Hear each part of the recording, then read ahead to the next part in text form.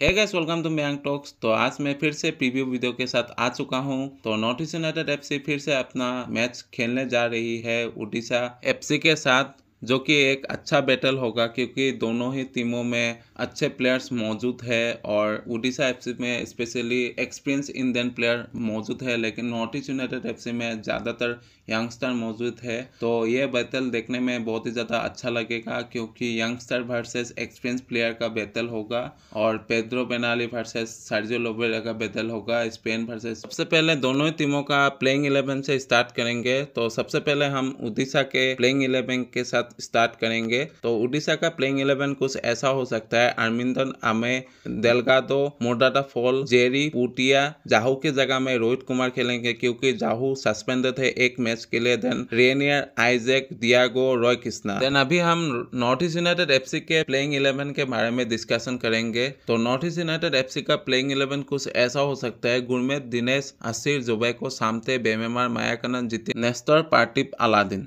Then हम अभी दोनों ही टीमों के एडवांटेजेस के बारे में बात करेंगे। तो सबसे पहले हम नॉर्थ ईस्ट यूनाइटेड के एडवांटेजेस के बारे में बात करेंगे। तो नॉर्थ ईस्ट यूनाइटेड के पास एडवांटेज होम मैच का है। देन जाहू भी सस्पेंडेड है एंड उड़ीसा एफसी के कोच सर्जियो लोबेरा भी टचलाइन में खड़े नहीं हो पाएंगे सस्पेंशन के कारण। तो नॉर्थ ईस्ट यूनाइटेड एफसी के लिए कुछ इसी तरीके के एडवांटेजेस होंगे और north East United FC advantages को विक्ट्री में कन्वर्ट करना चाहेंगे। देन अभी मैं उड़ीसा के एडवांटेजेस के बारे में आता हूँ। तो नॉर्थ ईस्ट यूनाइटेड एफसी के पास फॉरेन प्लेयर्स के अलावा इंडियन प्लेयर में एक्सपीरियंस मौजूद नहीं है, तो उसी चीज का उड़ीसा फायदा उठा सकते हैं। देन उड़ीसा ट्रांजिशन में बहुत ही ज्यादा बेहतर है नॉर्थ ईस्ट यूनाइटेड एफसी से अगर आप कंपेयर करोगे उसी चीज में, तो कहीं ना कहीं उड़ीसा बाजी मार सकती है। और उड़ीसा के हर एक इंडियन प्लेयर में एक्सपीरियंस मौजूद है और उसी चीज़ का उड़ीसा मुझे लगता है नॉर्थ ईस्ट यूनाइटेड के अगेंस्ट फायदा उठाना चाहेगी। नॉर्थ ईस्ट यूनाइटेड एफसी को अगर जीतना है तो उड़ीसा के अगेंस्ट मिडफील्ड में डोमिनेट करना पड़ेगा। Then Hugo Boumous, Diego Mauricio, Roy Krishna को टाइटली मार्क करना पड़ेगा और नॉर्थ ईस्ट यूनाइटेड एफसी को अपने डिफेंस को कॉम्पैक्ट रखना पड़ेगा क्योंकि उड़ीसा एफसी भी काउंटर में बहुत ही ज़्यादा डेंजरस है और नॉर्थ ईस्ट यूनाइटेड एफसी तो सिर्फ काउंटर में ज़्यादा निर्भर करती है, लेकिन Orissa FC position based football भी खेल सकती है और काउंटर में भी बहुत ही ज्यादा हाई इंटेंसिटी के साथ खेल सकती है। और मुझे लगता है कि नॉर्थ ईस्ट यूनाइटेड एफसी को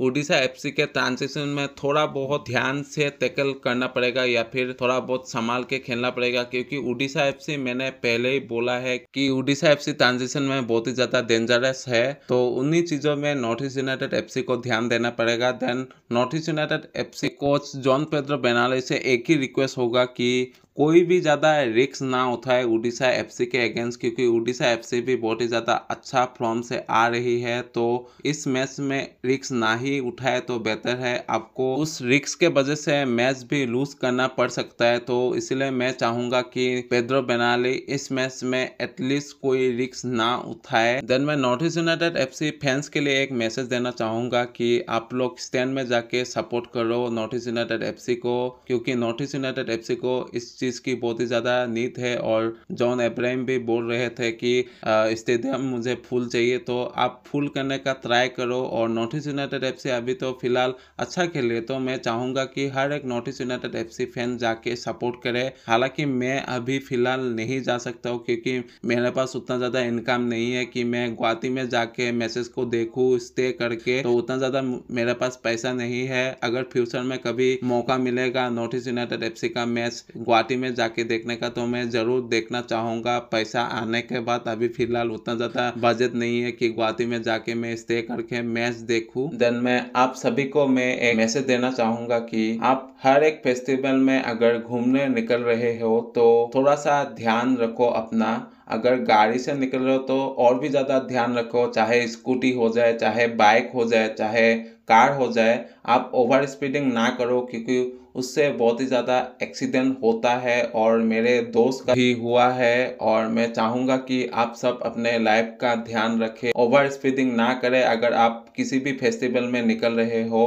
तो आज के लिए इतना ही। इसी तरह के अपडेट, एनालिटिक और प्रेडिक्शन के लिए मयंक टॉक्स के साथ बने रहे। अगर अच्छा लगता है लाइक कीजिए, सब्सक्राइब कीजिए, बेल आइकन को दबाइए। मिलता हूँ किसी नए वीडियो में किसी नए टॉपिक के साथ।